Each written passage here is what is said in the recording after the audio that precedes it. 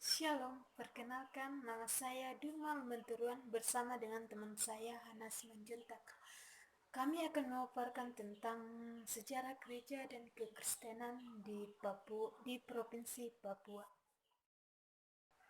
Yang pertama, kepercayaan orang Papua sebelum masuk Kristen ke Papua. Jauh sebelum masuk ajaran Kristen ke tanah Papua, tiap suku bangsa di tanah Papua mempunyai sistem kepercayaan tradisi.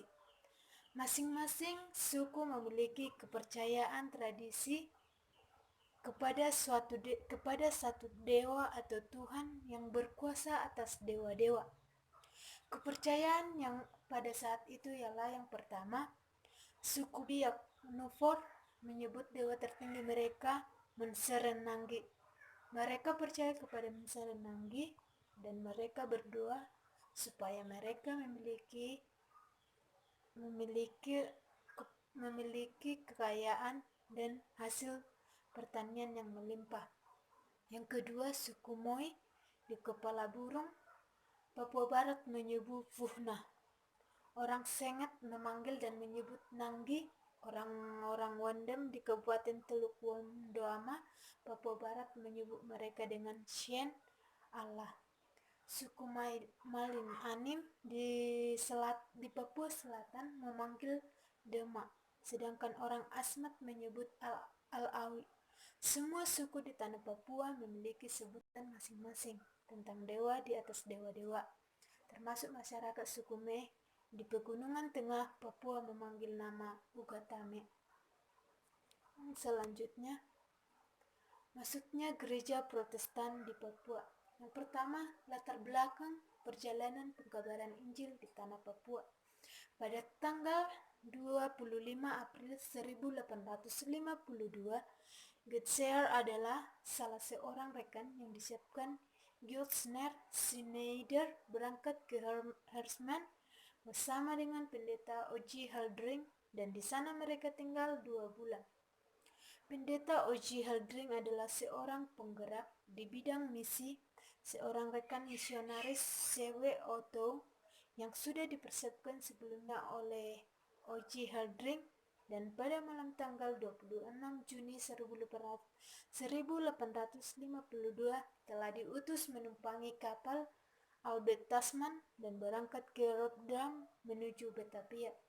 Setelah itu, pada tanggal 12 Januari 1855, bertolaklah mereka dari dermaga Ternate menumpang kapal Ternate menuju pulau tujuan mereka Manisam. Sebagaimana tindakan akhir mereka lakukan saat berangkat dari Eropa, mereka berdoa, dan setelah itu mereka masuk ke semak-semak. Di sana mereka berlutut dan mencurahkan isi hati mereka kepada Tuhan. Tentang reaksi dan respon penduduk Pulau Manamsari kurang disentil, namun tentunya pendaratan dan kehadiran serta gerakan-gerakan mereka sebagai orang asing tak dilewatkan, terutama kehadiran serta gerakan-gerakan mereka sebagai orang asing tak dilewat, terutama ketika kedua misionaris itu masuk ke dalam semak-semak dan menyerahkan isi hati mereka kepada Tuhan.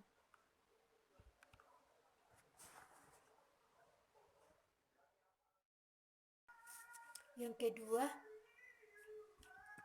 gambaran kekristenan pada waktu itu. Orang Papua pada waktu itu curiga terhadap orang asing. Di samping itu, mereka terkenal sebagai seorang berperang, merampok, serta hidup berdagang.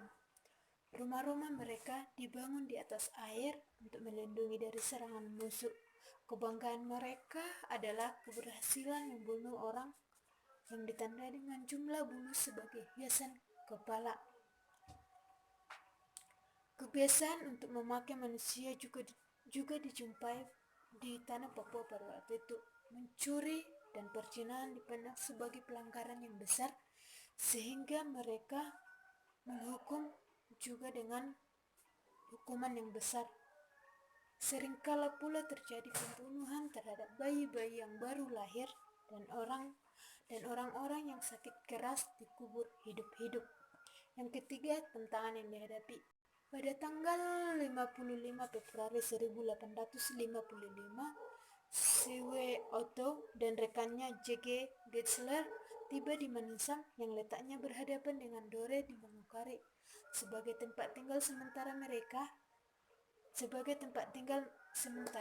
mereka memakai sebuah gudang penumpang batu bara peninggalan para pelaut di tepi pantai. Situasi yang dihadapi mereka sangatlah sulit. Kapal yang mengantar mereka sudah kembali. Tidak ada orang kecuali Rich yang dapat diajak bicara. Mereka tidak bisa berkomunikasi dengan penduduk setempat dan dengan bahasanya. Mereka mengurusi diri mereka sendiri. Penduduk setempat tidak memahami maksud dan tujuan kedua orang asing ini untuk menetap di Manisinam. Yang keempat, berdirinya gereja GKI di Papua. GKI di tanah Papua adalah sebuah gereja yang Kristen yang bertumbuh seiring dengan datangnya kabar baik atau Injil yang dibawa dari benua Eropa dan tiba pertama kalinya di tanah pantai pasir putih Pulau Manisam di bibir Teluk Dore, Kabupaten Manokwari pada tanggal 5 Februari oleh John Wing, Kurt William, Otto, dan John. Mereka bekerja keras dan menumbuhkan Injil menjadi kenyataan di sana. Mereka berupaya membangun kumpulan orang-orang percaya yang keluar dari permukaan bumi untuk menyembah Yesus Kristus. Pekerjaan yang sudah dirintis oleh Otto dan Getzler kemudian diteruskan oleh sejumlah pendeta-pendeta dari negeri Belanda seperti J.L. Van Hasselt dan anaknya V.J.V. Van Hasselt dan lain sebagainya. Sebagai menumbuhkan gereja Kristen yang kala itu masih banyak menggunakan liturgi bahasa lokal seperti Nufur, Mandamen, maupun Tabi. Inilah wujud dari apa yang kemudian saat itu disebut sebagai Gereja Injili atau GKPI di tanah Papua. Selanjutnya, teman saya akan memaparkan bagaimana masuknya gereja Katolik di tanah Papua. Baiklah, saya Hana Ria Simanjuntak akan melanjutkan penjelasan yang telah dipaparkan oleh Durma Lumantoruan tentang masuknya gereja Katolik di Papua. Latar belakang historis. Pada akhir abad 19, pemerintah Hindia Belanda mendirikan beberapa pos di bagian utara dan barat. Juga lembaga agama mulai menunjukkan perhatiannya pada Irian dan masuk untuk pekerjaan evangelisasi sejarah gereja Protestan mulai di bagian utara pada 1855. Pada 19 Juli 1844, Paus Gregorius mengeluarkan Decret Ex Debito Pastoralis untuk membentuk dua vikariat, yakni Melanesia, Mikronesia yang berwilayah 125 km meliputi Nova Guinea yang berada di Irian dan pulau-pulau sekitarnya. Pada tahun 1891, pemerintah Jakarta membuka karya misi di Irian Jaya. Pada 1892, pantai selatan juga mendapat kunjungan dari seorang pastor Yesuit yakni P. van der Heijden S.J. Namun ia tidak tinggal di wilayah itu. Pada 1893 ia kembali lagi dan menetap di daerah ini, tetapi rencananya gagal karena pos pemerintahan dekat Merauke telah ditutup. Atas pos pemerintahan pada tanggal 13 Februari 1902, dekat muara Sungai Maro di tempat air masuk, dengan tugas utama mengamankan wilayah selatan di mana rakyat sering pergi mengayal. Sejak tahun itu juga ada kunjungan misionaris pertama yakni P. Martinez S.J. Namun ia hanya datang ke mereka untuk melayani para tentara dan polisi Katolik selama seminggu. Periodisasi sejarah gereja di Keuskupan Agung Merauke. Yang pertama, permulaan dan perkembangan pada tahun 905 sampai dengan 1950. Kegiatan sesudah Perang Dunia II 1950 sampai dengan 1970. Konsolidasi dan pendalaman iman 1970 sampai dengan tahun 2000. Tokoh-tokoh yang berperan. Kaum religius. Sejak awal pewartaan Injil, misionaris tarekat MSC lah yang berjasa untuk mengembangkan iman umat. Selain beberapa nama yang telah untuk mewartakan Injil ke pedalaman seperti tahun 1927 Bevertonton di pantai selatan, PW Ceman di Kimaan, Dimuyu oleh P. Hober, daerah Mapi oleh P.C.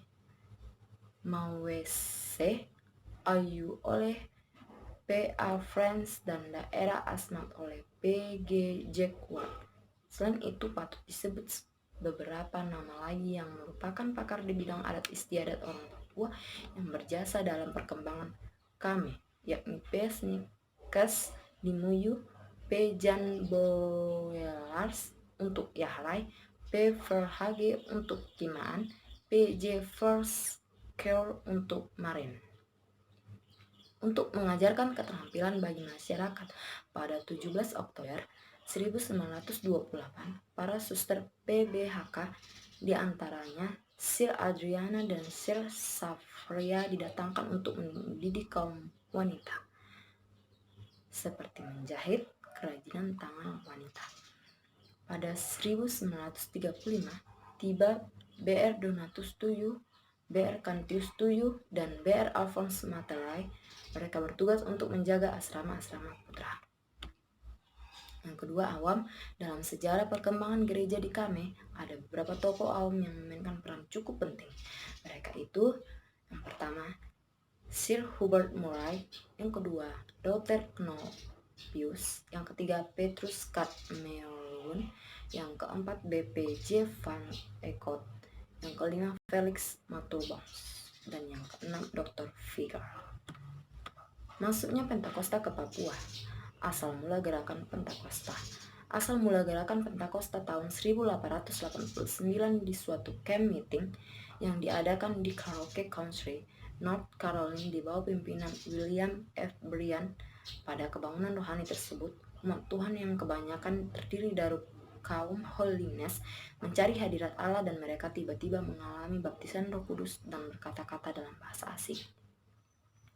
Claudia Candy berkata, gerakan ini berasal dari bagian selatan Amerika, dimulai dari Charles Fogg Parham, direktur sekolah Alkitab Bethel di Topeka, Kansas, Amerika Serikat. Tepatnya pada saat seorang gadis yang bernama Agnes Osman berkata-kata dalam bahasa asing.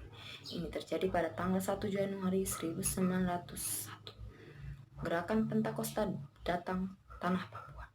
Jonathan Itar, seorang anak asli Papua ketika usianya ke-25 tahun, yang mulai merantau dari kampungnya di Tobati menuju kota Ternate. Ia mengikuti keluarga Bapak Hamptung yang juga adalah guru Injil di Netherlands, New Guinea, yang hendaknya kembali ke Ternate. Keberangkatan Jonathan Itar saat itu mengikuti keluarga itu dengan tujuan bekerja sebagai karyawan pabrik. Tetapi sesampainya di Ternate, Jonathan Itar mengalami pengalaman. Ia mengalami baptisan Roh Kudus ketika ia sedang sendirian duduk sambil merenungkan firman Tuhan. Waktu itu di Ternate ia belum ada gereja Pentakosta yang resmi. Dari pengalamannya, ia kembali ke Papua di Hollandia.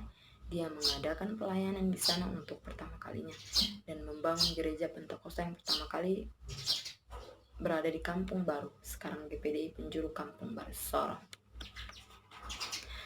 Kesimpulan, GKI di tanah Papua adalah sebuah gereja Kristen yang bertumbuh seiring dengan datangnya kabar baik atau Injil yang dibawa dari benua Eropa dan tiba pertama kalinya di pantai pasir putih Pulau Manisam di bibir Teluk Dore, Kabupaten Manokwari pada tanggal 5 Februari oleh Zindeling, Carl William Otto, dan Johann Gottlob Geisler. Semenjak itu mereka berdua bekerja keras dalam menumbuhkan Injil itu menjadi nyata dengan berupaya membangun kumpulan orang-orang percaya yang keluar dari muka bumi untuk menyembah Yesus Kristus Sang Khalik sendiri. Gereja Katolik telah berkembang di masa ke masa. Dalam perkembangan itu dapat diketahui bahwa ada pihak-pihak yang sudah sangat membantu penyebaran agama Katolik di wilayah Papua. Tenaga Clares, Laker, serta awam turut membantu penyebaran Injil di daerah selatan ini sejak tahun 1905. Hingga kini, terjadi perkembangan yang mencolok dari segi kualitas dan kuantitas para pelayan, bidang pelayan serta umat yang dilayani pewartaan Injil oleh para misionaris perintis telah dilestarikan hingga pada saat ini. Demikianlah penjelasan tentang sejarah gereja yang ada di Papua. Kami sudah menjelaskannya. Saya Hana Ria Simanjuntak dan Durma Lumanturunya mengucapkan terima kasih. Shalom.